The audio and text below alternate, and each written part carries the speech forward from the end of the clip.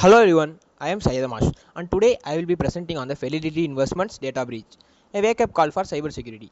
So, this presentation analyzes the 2024 incident, what caused it, and the lessons we can learn to prevent similar attacks in the future. So, the data breach took place between August 17th and 19th, 2024, where attackers gained unauthorized access to Fidelity's internal customer database. So, the company security team detected this unusual activity and managed to contain it on August 19th itself. But unfortunately, during the short window, data belonging to over 77,000 customers were compromised. This shows that how even a brief lapse can have massive consequences when sensitive data is involved. So, the attacker started with a clever trick, the creation of two fake customer accounts. Using stolen or fabricated identification data, the attackers exploited a vulnerability in the Fidelity's onboarding process.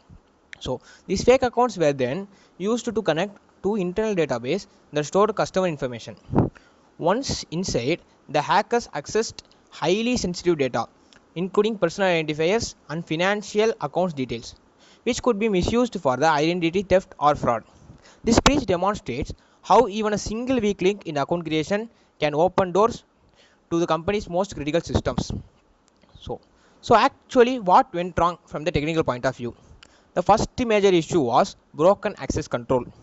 Some customer facing applications were misconfigured, allowing users to access data they were never meant to see.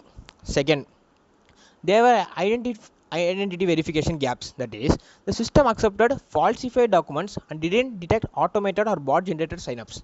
So, experts also suspect that common web vulnerabilities like SSRF, server side request forgery, IDOR, that is insecure direct object references, then or even submissions might have been part of the exploit chain.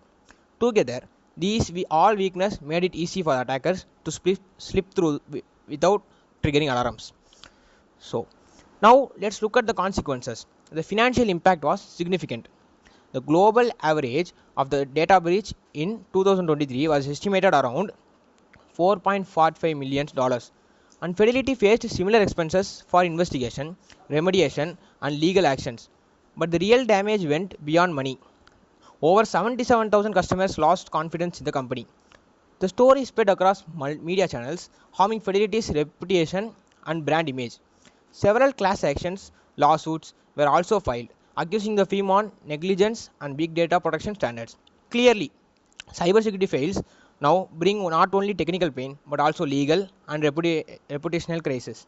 So, from this breach, we can learn three key lessons for better cybersecurity. First, strengthen the account onboarding using multi-factor authentication and strict identity verification to stop fake account creations. Second, audit access controls regularly and apply the principle of least privilege. New or external accounts should never have access to the internal protection systems. Third, practice continuous vulnerability testing. Organizations should run frequent penetration tests, use bug bounty programs, and fix misconfigurations before attack find them. In short, cybersecurity isn't one-time setup; it's a continuous process of vigilance. Thank you. To conclude, the Fidelity breach reminds us that even well-established financial institutions are not immune to the cyber threat. Strong verification, better access control, and continuous testing is needed. Thank you for listening.